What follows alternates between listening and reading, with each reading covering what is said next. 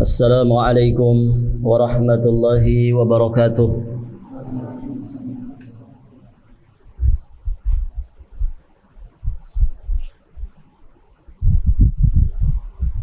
Alhamdulillahi wa kafa wa salamun ala ibadihi alladhina istafa. Asyhadu an la ilaha illallah wahdahu rabbi la syarika lah. Wa asyhadu anna Muhammadan abduhu wa rasuluh.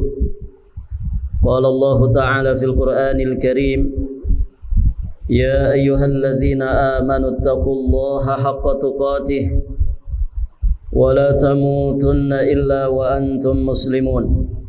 Amma ba'du, fa ya ayyuhal hadirun i'lamu arsyadakumullah fa inna asdaqal hadithi kitabullah wa khairal hadyi hadyu Muhammadin sallallahu alaihi wa alihi wasallam.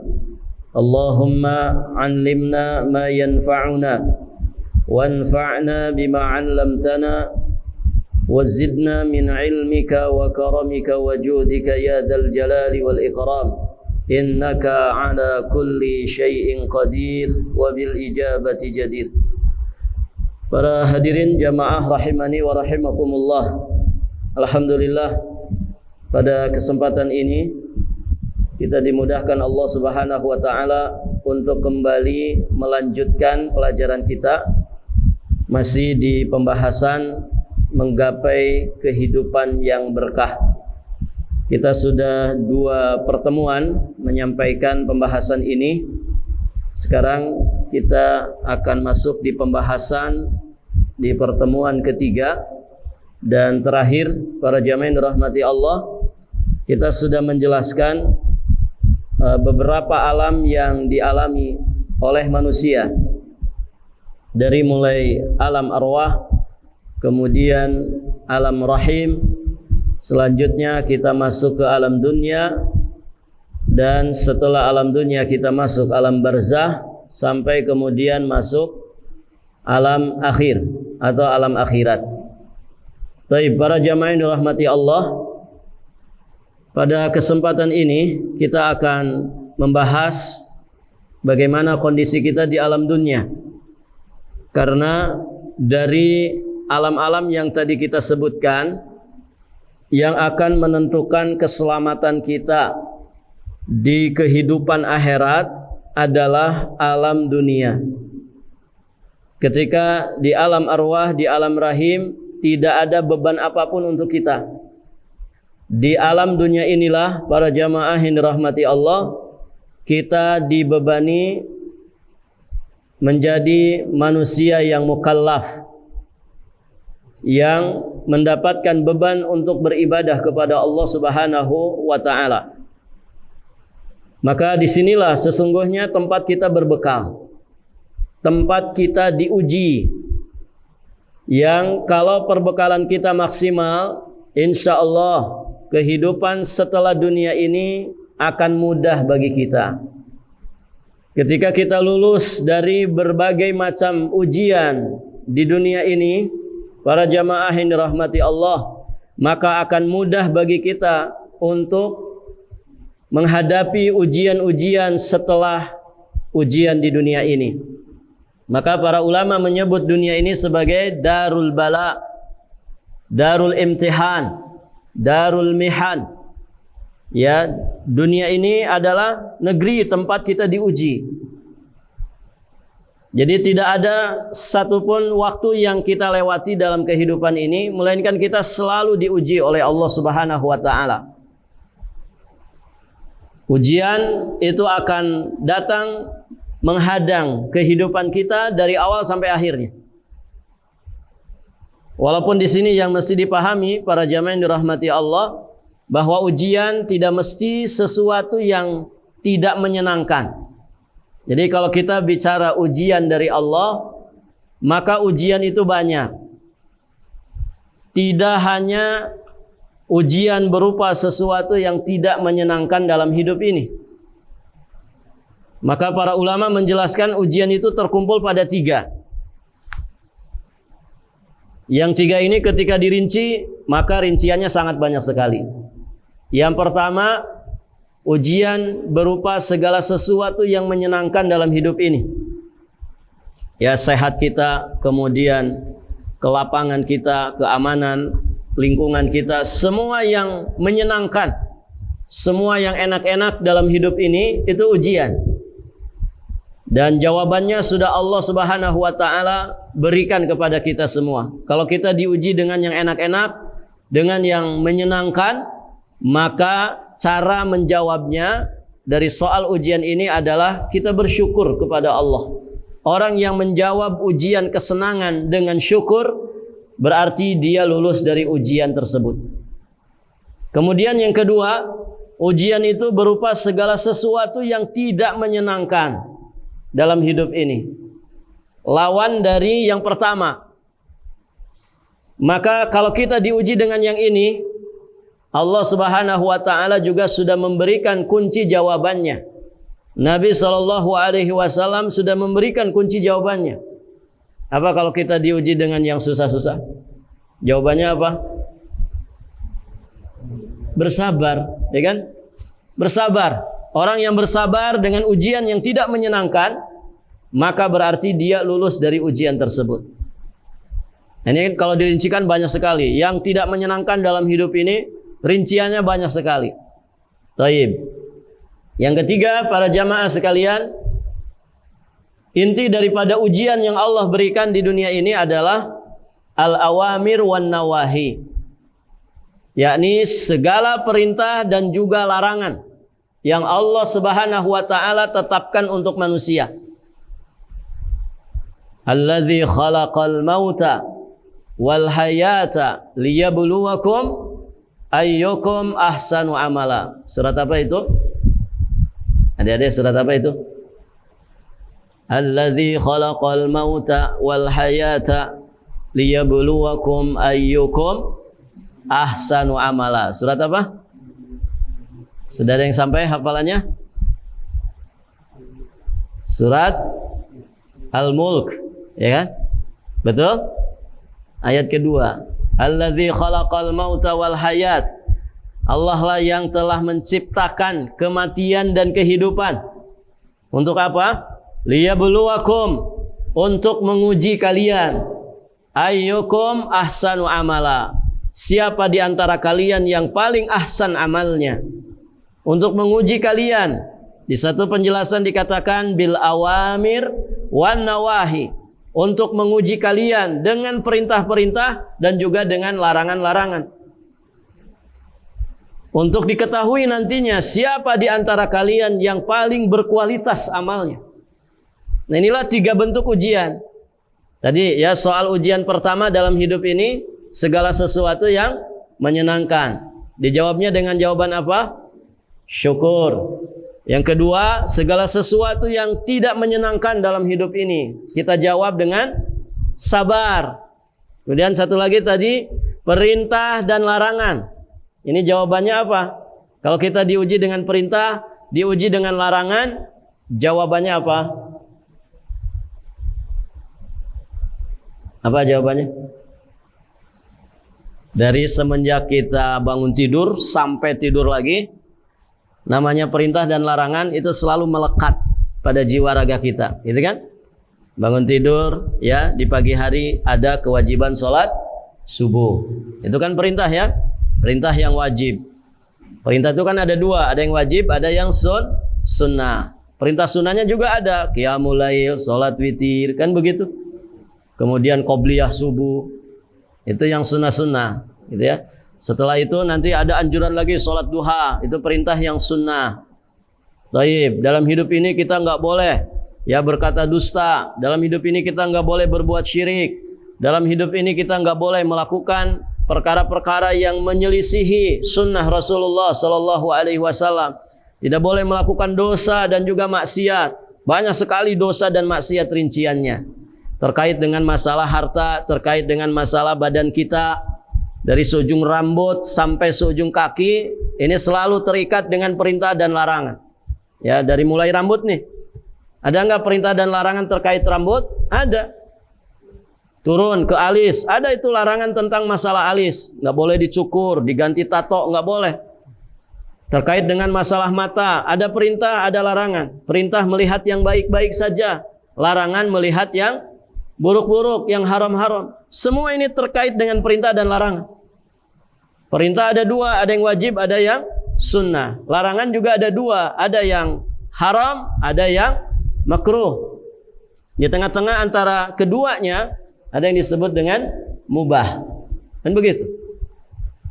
Nah, bagaimana menjawab ujian, soal ujian berupa perintah dan larangan? Dijawabnya pakai apa? Bitta'ah. Jawabannya adalah taat, tunduk, patuh. Mentaati perintah dengan cara dikerjakan semaksimal mungkin. Mentaati larangan dengan cara ditinggalkan. Ini yang disebut dengan fi'il dan tark. Itu kedua-duanya amal soleh yang berpahala. Jadi amal soleh itu bukan mengerjakan perintah saja, meninggalkan yang dilarang itu juga amal soleh. Kalau benar niatnya, kita meninggalkan segala sesuatu yang dilarang karena ta'atan lillah, karena kita mentaati Allah Subhanahu wa taala yang melarang perkara tersebut. Itu para jamaah yang dirahmati Allah. Jadi disinilah, di negeri dunia inilah, para jamaah yang dirahmati Allah, patokan penilaian Allah Subhanahu wa taala dan juga yang menjadi patokan nasib kita nanti setelah alam dunia ini. Jadi jangan risaukan alam barzah, jangan merisaukan alam akhirat kalau kita mampu memaksimalkan alam dunia ini dengan sebaik-baiknya. Karena apa yang datang setelah itu, kalau kita lulus di dunia ini, insya Allah mudah. Makanya kan ada riwayat ya dari sahabat Utsman bin Affan radhiyallahu taala anhu.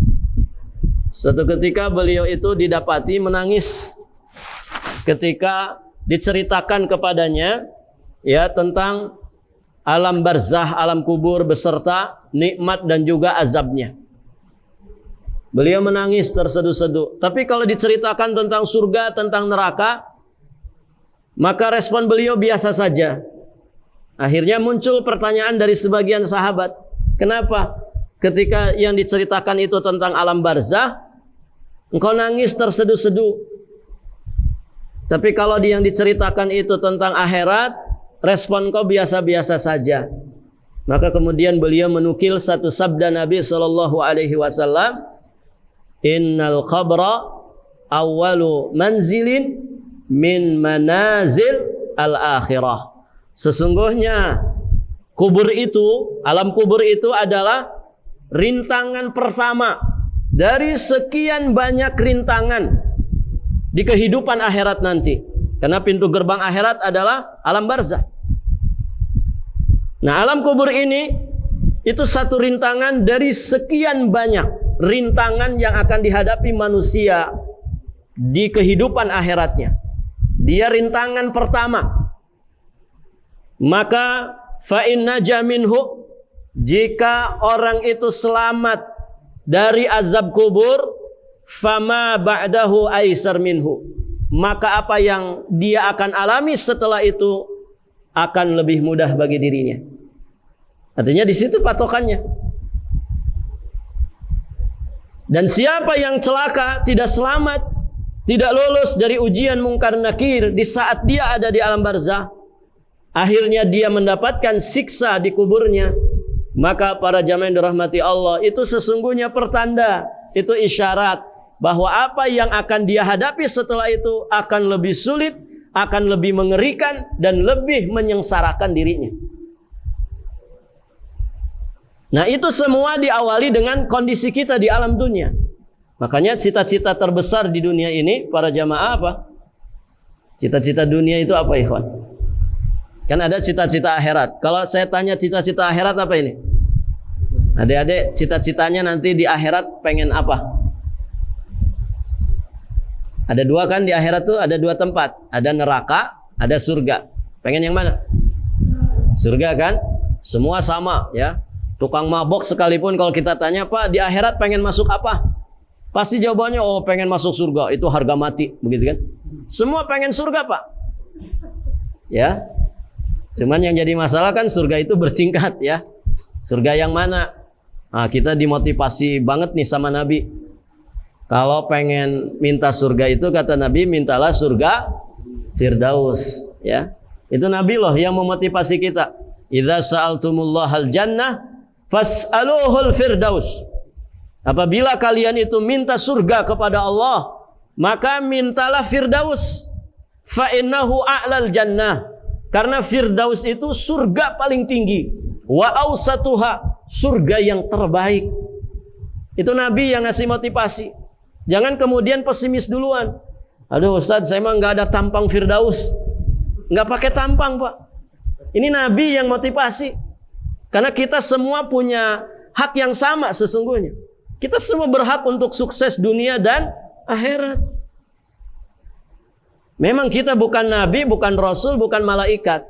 Tapi hak untuk sukses di akhirat itu sama. Kita semua harus berusaha menjadi orang yang sukses dunia dan juga akhirat. Nah, akhirat coba target Firdaus. Nanti kan kalaupun meleset kan ya sedikit lah turunnya, gitu kan? Jangan membidik surga paling rendah, gitu kan? Ah, yang penting masuk surga, gitu. Tidak apa-apa, yang mana saja. Yang rendah pun tidak apa-apa. Ada orang saking pengennya masuk surga ya. Saya pernah ketemu ibu-ibu gitu. Saking pengennya masuk surga sampai bilang gini, Pak Ustadz, saya emang nggak apa-apa jadi tukang sapunya juga. Disangkanya surga itu butuh cleaning service gitu.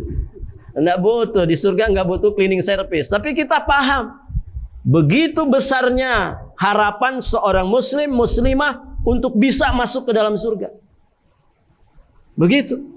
Sampai ada yang bilang begitu, saya nggak apa-apa jadi tukang sapunya juga. Yang penting di surga. Nah ini kan ya kurang tinggi levelnya. Naikin level kita. Minta surga Firdaus kata Nabi. Ada juga yang, saya emang nggak apa-apa dapat emperannya juga. Nggak ada emperan di surga, nggak ada para jamaah. Surga itu tempat yang terbaik, tempat yang paling nikmat. Jadi indahnya surga, istimewanya surga itu para jamaah. Kalau ada orang, ini dijelaskan diantaranya oleh Syekh Muhammad bin Shalih Al-Utsaimin. Ya.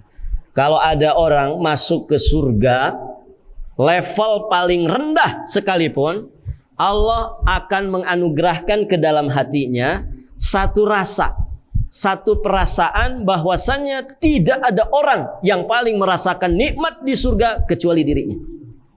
Hebat kan? Makanya wa naza'na ma fi qulubihim min ghil.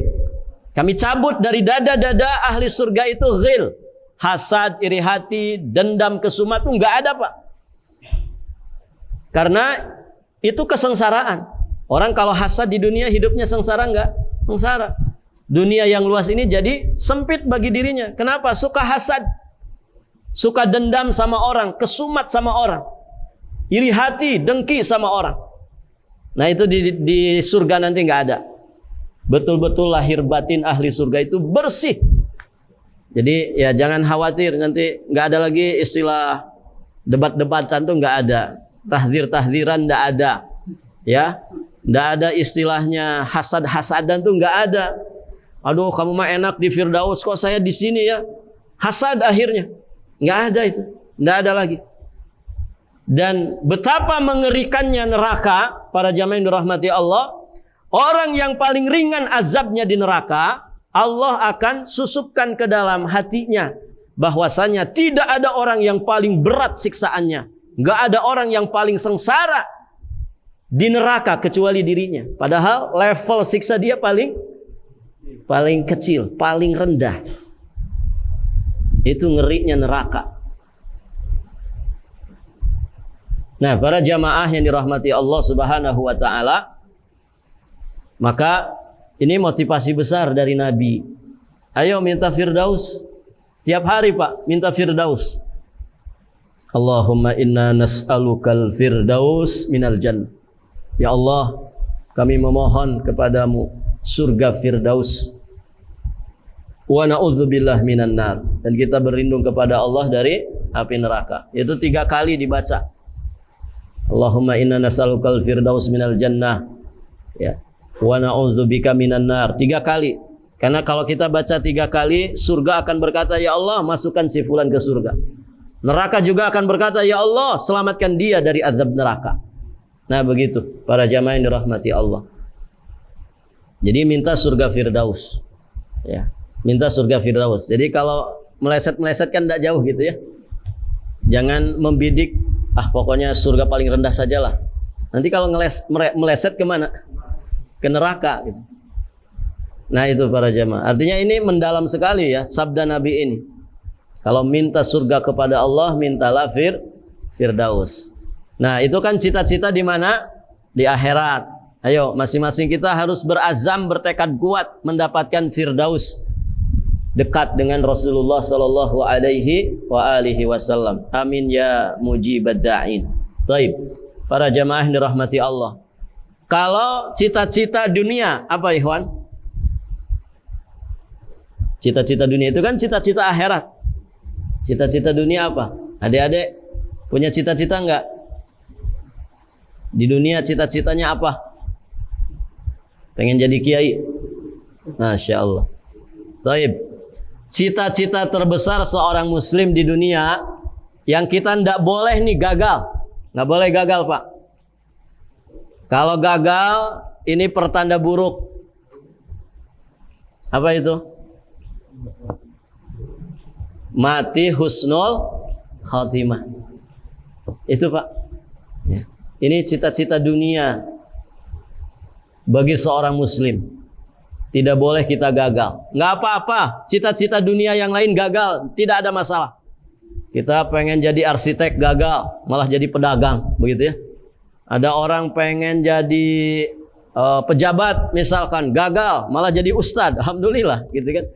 Masya Allah. Ada orang pengen jadi pengusaha, gagal, gitu ya, malah jadi guru, ya. Tidak ada masalah. Cita-cita dunia yang lain selain husnul khatimah, kita gagal mendapatkannya, nggak ada masalah.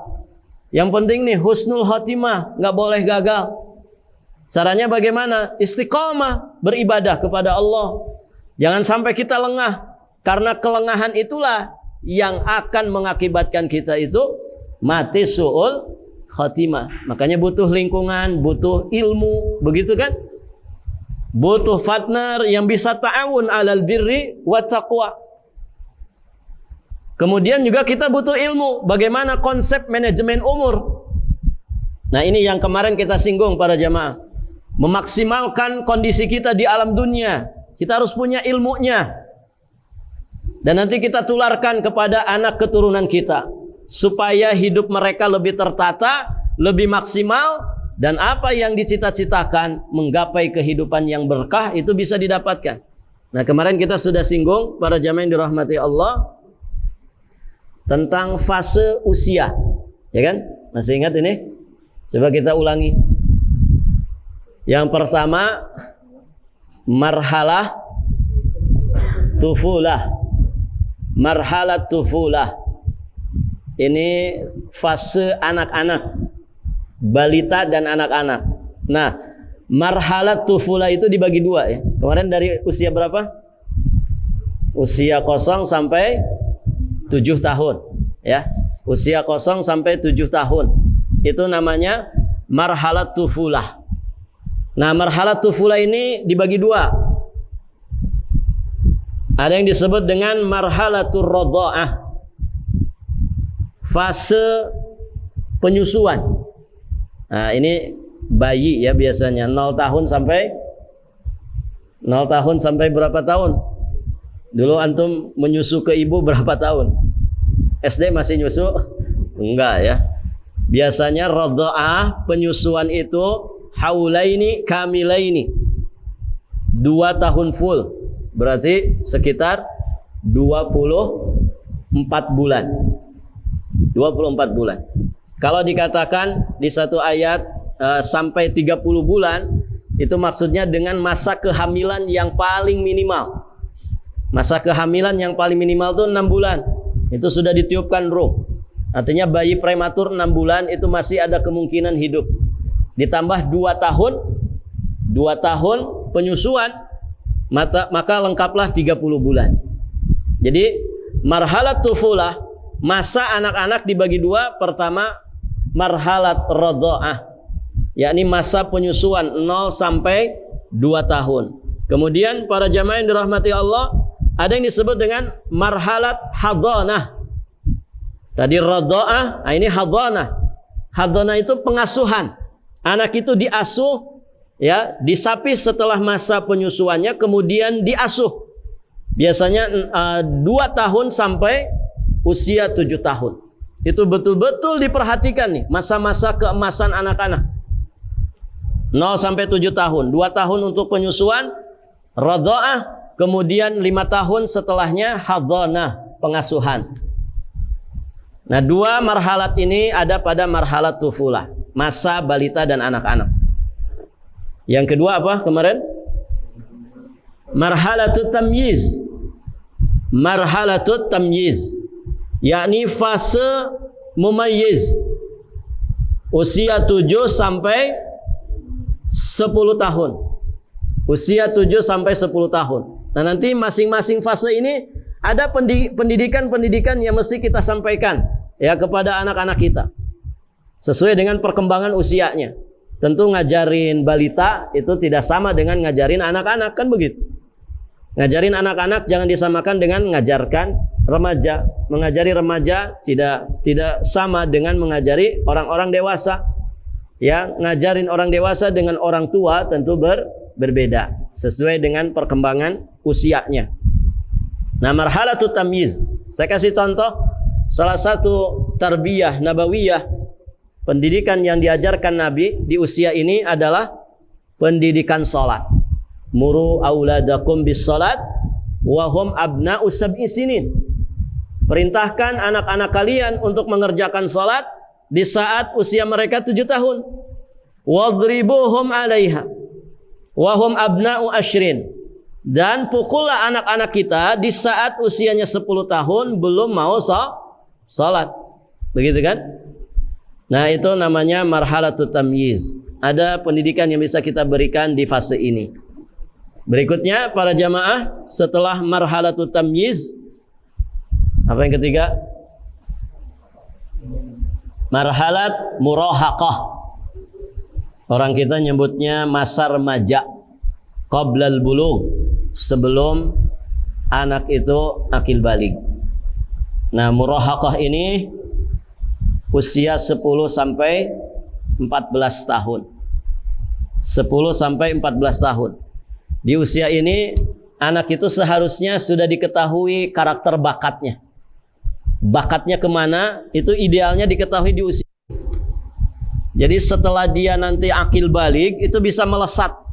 Ya, dia artinya sudah betul-betul menjadi insan yang bisa mandiri, mengerti kewajibannya, mengerti status diri, dan dia mengerti saya ada di bidang mana. Nah, itu idealnya begitu. Di usia akil baligh itu anak itu betul-betul sudah punya kemandirian yang luar biasa, dan dia sudah mengerti bakatnya di mana. Ini penting para jamaah yang dirahmati Allah. Jadi yang matang itu bukan fisiknya saja dengan akil baligh, ya, dengan balighnya, tapi ada yang harus kita perhatikan namanya akil. Akil itu betul-betul mentalnya sudah ada, sudah terbentuk. Dia mengerti bakatnya kemana. Nah, mohon maaf ya, banyak anak-anak kita secara fisik matang, baligh, ya, usia 12, usia 11, usia 10, bahkan sudah ada yang baligh. Tapi karena karakternya tanamkan, ya mohon maaf. Jadi yang matang tuh fisiknya saja, tapi mentalnya belum matang. Maka ya jangan kaget ya kalau anak-anak kita begitu cerdas secara akademik, tapi karakter mentalnya tidak terbangun, ruhiyahnya tidak terbangun. Ya mohon maaf, kalau dia nanti jadi profesor, doktor, jadi pejabat tinggi negara, ya begitulah kondisinya. Masih ngagarong uang negara, begitu kan? Negara ini kan hancur bukan sama orang-orang bodoh sebetulnya ya, sama orang-orang pinter secara akademik, tapi tidak punya kematangan mental, tidak punya ruhiyah, imaniyah, Begitu. Sehingga ya begitu modelnya. Pinter keblinger. Nas'alullah al-afwa wal afiyata wassalama. Semoga itu jangan terjadi pada diri kita, jangan terjadi kepada generasi penerus kita, anak-anak kita. Nah, itu para jamaah yang dirahmati Allah. Artinya memang model pendidikan ini harus terus dikembangkan. Ya, harus terus dibenahi, diperbaiki. Selama ini kita sering ya mencekoki anak dengan berbagai macam wawasan pengetahuan, dengan namanya materi-materi akademik. Tapi kita lupa ya, anak kita ini sesungguhnya bukan hanya jasad fisik lahiriah saja, dia punya roh yang juga harus diberikan tarbiyah, harus diisi dengan pendidikan mental, dengan pendidikan iman, pendidikan ketakwaan. Nah, ini yang sering diajarkan oleh sebagian para pendidik atau oleh sebagian para orang tua. Taib, para jamaah, itu namanya fase murahaqah, 10 sampai 14 tahun. Ini qoblal bulugh, sebelum anak itu balik. Yang berikutnya, yang keempat apa ini? Marhalatus syabab, yakni fase masa muda. Usia berapa kemarin? Masih pada muda kan Pak di sini? Usia berapa? Dari akil balik sampai usia 40. Itu masa muda. Jadi kalau antum belum 40 tahun, anaknya sudah 10, istrinya 3, tapi belum 40 tahun, berarti masih muda, masih punya peluang. Kalau baru 3, satu lagi, gitu kan? Nah begitu, masih muda, ya kan? Kalau belum usia 40 tahun itu masih muda. Nanti kita bicara masa muda ya, karena menarik sekali kalau bicara masalah masa muda itu. Taib. Dari akil balik sampai usia 40, itu namanya marhalatus syabab, masa muda. Berikutnya marhalat al-kuhulah, masa tua. Masa tua. Taib, para jamaah yang dirahmati Allah. Masa tua ini usia 40 sampai 60. Jadi yang sekarang usianya sudah nyentuh kepala 4, 40, 41, 42, Anda ada di masa tua, sudah tidak muda lagi, walaupun jiwanya masih muda gitu. Tetap ya dikatakan ada di fase masa tua, kuhulah. Taib. Setelah kuhulah ada apa? Ada marhalat syaikhukhah. Nah ini di atas 60 sampai 80 tahun. Ini syaikhukhah. Namanya usia lanjut. Bahkan ada yang nambahkan satu lagi, marhalat ardhalil umur, fase sangat rendah sekali dari umur. Nah itu ada yang mengatakan dari usia 80 tahun ilal mamat, sampai usia mati. Dan ini jarang ya, fase ini jarang sekali. Marhalat ardhalil umur, ya 80 sampai meninggal itu jarang yang dapat ya. Kalau marhalat syaikhukhah ini masih banyak, 60, antara 60 sampai 80 tahun. Nah demikian para jamaah yang dirahmati Allah. Tadi kita sudah jelaskan ya, beberapa alam yang dialami manusia. Fokus kita kemana? Alam rahim atau alam barzah atau alam akhirat? Fokus kita kemana nih? Alam dunia kan? Karena ini inti patokannya di sini. Kalau di dunia ini kita jadi orang yang sukses, diridhai Allah, mati husnul khotimah, bekal kita banyak, bekal terbaik, insya Allah. Alam barzah jangan dirisaukan, alam akhirat jangan dirisaukan. Di sini. Nah, dari beberapa fase usia yang tadi kita sebutkan, ada sekitar 7 ya, 7 atau 8? 7. Marhala-marhala usia tadi, mana yang harus kita fokuskan? Yang harus betul-betul mati-matian kita maksimalkan. Yang mana? Ini kita bicara ideal ya. Walaupun Bagi seorang mukmin muslim tidak ada kata terlambat. Walaupun kita hijrahnya itu misalkan sudah berusia, tidak ada masalah, nggak ada kata terlambat. Selama hayat masih di kandung badan. Ini kita sedang bicara ideal. Fase mana yang harus kita maksimalkan? Fase mana? Usia muda. Usia akil balik ya sampai usia 40 tahun. Ini masa muda, masa keemasan manusia. Makanya Nabi mewanti-wanti kita semua. Apa kata Nabi? Tidak akan bergeser kedua kaki seorang hamba di akhirat nanti sampai ditanya tentang 4 perkara. Di satu riwayat 5 perkara. Salah satunya apa yang ditanya nih? An syababihi fima ablah. Tentang masa mudanya, untuk apa dia habiskan masa muda. Gitu kan? Untuk apa dia habiskan masa muda? Kalau dari perjalanan hidup manusia, dari beberapa alam tadi, yang ditanya mana?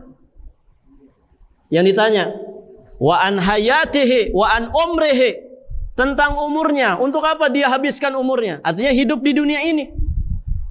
Jadi kalau dari sisi alam-alam tadi, dunia ini yang harus kita fokuskan, karena di sini inti kita. Nah, dari umur di dunia, beberapa fase tadi, masa muda yang harus menjadi titik perhatian kita. Di hadis yang lain, Nabi pernah mewanti-wanti juga tentang masa muda. Igtanim khamsan qabla khamsin. Jaga 5 perkara sebelum datang 5 perkara yang lainnya. Salah satunya apa? Wa syababaka qabla haramika. Jaga masa mudamu sebelum datang masa tua. Ini lagi-lagi disebut masa muda. Apa sih istimewanya masa muda? Ternyata para jamaah, masa muda itu masa keemasan. Mohon maaf, kalau kita bicara sehat yang paling maksimal tuh masa mana? Masa muda kan? Kata orang, aduh kalau sudah usia 40 ke atas, sudah serba terasa. Kan begitu ya? Karena dia sudah memasuki fase masa tua. Ya kan? Nah itu para jamaah yang dirahmati Allah. Istimewanya masa muda. Kalau bicara gede-gedenya tenaga kita, ikhwan, masa mana? Masa muda kan? Kalau bicara kesehatan, bicara gedenya tenaga, bicara jiwa pejuang, begitu ya, motivasi yang begitu besar. Di mana? Kalau kita bicara itu, adanya di mana? Masa muda, ya kan? Coba kali-kali ngobrol sama orang-orang sudah sepuh. Coba kali-kali ngobrol. Kalau ada jamaah masjid sudah usia 70, 80 tahun, deketin. Ya ngobrol aja mengalir. Kita ambil hikmah, ibrah, pelajaran dari perjalanan hidup dia. Ya, saya sering kadang kalau ketemu orang-orang tua itu saya deketin, sekedar bertanya, bersapa, begitu ya, ngucapin salam, kemudian ngalir obrolan. Ya, apapun obrolannya, yang penting kita ambil hikmahnya. Itu sambil nyandar di tiang masjid, sambil pegang-pegang lutut. Itu kan kalau orang tua. Nah, katanya, saya tuh kalau masih muda pengen rasanya ini dan itu. Sekarang sudah tua gini, kayak gini. Ini kalau mesin itu sudah tidak ada olinya, gitu kan. Tulang-tulang antara satu tulang dengan tulang yang lain sudah nggak ada olinya, gitu ya. Artinya sudah serba terasa. Cerita begitu. Kita ambil pelajarannya. Kita memang masih muda, tapi kalau kita mengambil pelajaran dari pengalaman orang tua, insya Allah itu bermanfaat. Ya, pengalaman itu kan guru terbaik kata orang itu. Kita belum tua-tua banget mungkin, tapi kalau kita sharing, belajar dari orang tua, masya Allah, kita dapat ibrah yang begitu besar. Ya, dan rata-rata nih ya, mudah-mudahan kita jangan sampai seperti itu. Rata-rata orang tua itu menyesal. Coba antum jumpai berapa orang tua, ambil testimoninya. Ini orang tua yang taat ya. Jangan pelajari orang tua yang suka maksiat. Itu namanya tua-tua keladi, ya. Semakin tua semakin menjadi. Ini yang ahli masjid, yang masih rutin ke masjid, ngaji. Coba deketin, tanya. Rata-rata mereka mengungkapkan penyesalannya. Nah, kalau saya itu masih muda, pengen ya seperti anak-anak nih, ngaji-ngaji Quran, menghafal Quran. Apa daya begitu ya, sudah tua seperti ini. Gigi sudah pada permisi, gitu kan? Sudah tidak bisa lagi melafalkan makhraj huruf dengan baik, begitu ya, sifatul huruf dengan baik. Coba dulu ketika masih muda saya maksimalkan. Rata-rata begitu. Ya. Diungkapkan penyesalan-penyesalan itu. Nah, kita kan ambil pelajarannya. Oh, berarti rata-rata orang tua itu menyesal. Bagaimana saya nanti di masa tua jangan lagi menyesal. Maka catat itu penyesalan orang tua itu apa? Supaya kita maksimalkan di masa muda. Nah, itu para jamaah. Jadi maksimalkan di masa muda, karena itu masa keemasan kita. Ibarat kata orang itu naik gunung, itu masa muda itu dia sedang ada di puncak-puncaknya. Nah, kalau udah usia masa tua itu turun gunung tuh, ya kan? Mohon maaf kan, yang sudah di fase tua itu biasanya sudah pada terasa itu, Pak. Encoka, rematika. Kadang kita belum 40 tahun saja sudah serba terasa itu.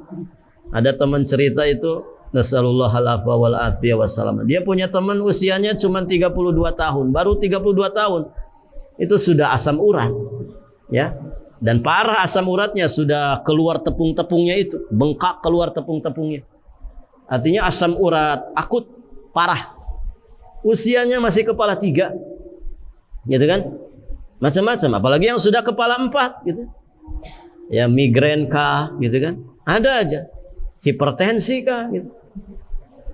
Diabetes, asam urat, kan seputar itu saja. Kolesterol. Ya tidak? Semoga jamaah di sini sehat semuanya. Amin ya Allah ya Rabbal alamin. Tapi itu pelajaran bagi kita. Ya. Capek-capek ngumpulin duit puluhan tahun. Oh, habis pakai berobat. Jadi, mana yang lebih mahal nih? Sakit atau sehat? Sakit itu lebih mahal. Artinya apa? Jangan pelit untuk kita bisa sehat. Jangan pelit untuk kita bisa sehat. Karena sakit itu lebih mahal. Ya, orang ngumpulin harta bisa puluhan tahun, habis untuk 5 kali berobat saja. Habis. Yang dia kumpulkan berpuluh-puluh tahun tuh habis 5 kali berobat saja. Berarti sakit itu lebih mahal. Artinya apa? Jangan pelit untuk sehat. Jangan pelit untuk sehat. Ya. Dan tidak ada kesehatan hakiki kecuali pola hidupnya Rasulullah. Makanya ada tibun nabawi. Lihat, makanan Nabi itu sederhana gitu ya. Simpel-simpel. Kurma, ini sehat nih. Kelihatannya sederhana tapi ini sehat. Semua ahli nutrisi sepakat. Tidak ada buah yang paling kaya nutrisi, lengkap nutrisi kecuali kurma. Kurma sehat-sehat. Minuman apa yang disukai Nabi? Madu, ya. Kalaupun susu kambing, tapi yang fresh ya. Susu kambing. Dan itu sepakat ahli kesehatan lebih sehat dari susu sapi. Itu makanan Nabi. Zaitun, begitu kan? Habatus sauda, ya. Kalau sakit habatus sauda. Ya. Kalau makan tepung-tepungan, apa ya? Tepung gandum, roti gandum. Gandum itu kan lebih sehat ya, lebih sehat. Nah, coba pelajari pola hidupnya Nabi, simple, begitu ya. Nabi ngajarin kita puasa, masya Allah. Gitu ya. Nah, ini bukan berarti, oh kalau gitu Ustaz nggak boleh makan nasi, ya nggak juga. Gitu. Orang Indonesia nggak makan nasi ya stres gitu ya. Tapi para jamaah. Tapi paling tidak ini peringatan untuk kita semua supaya jangan berlebih-lebihan dalam masalah makan, dalam masalah minum, dalam masalah pola kehidupan. Nah itu, jadi masa muda ini harus dimaksimalkan. Masih banyak poin-poin yang lain tentang masa muda. Insyaallah ta'ala kita lanjutkan saja di kesempatan berikutnya. Semoga apa yang disampaikan bermanfaat bagi kita semua. Amin ya Allah ya Rabbal alamin.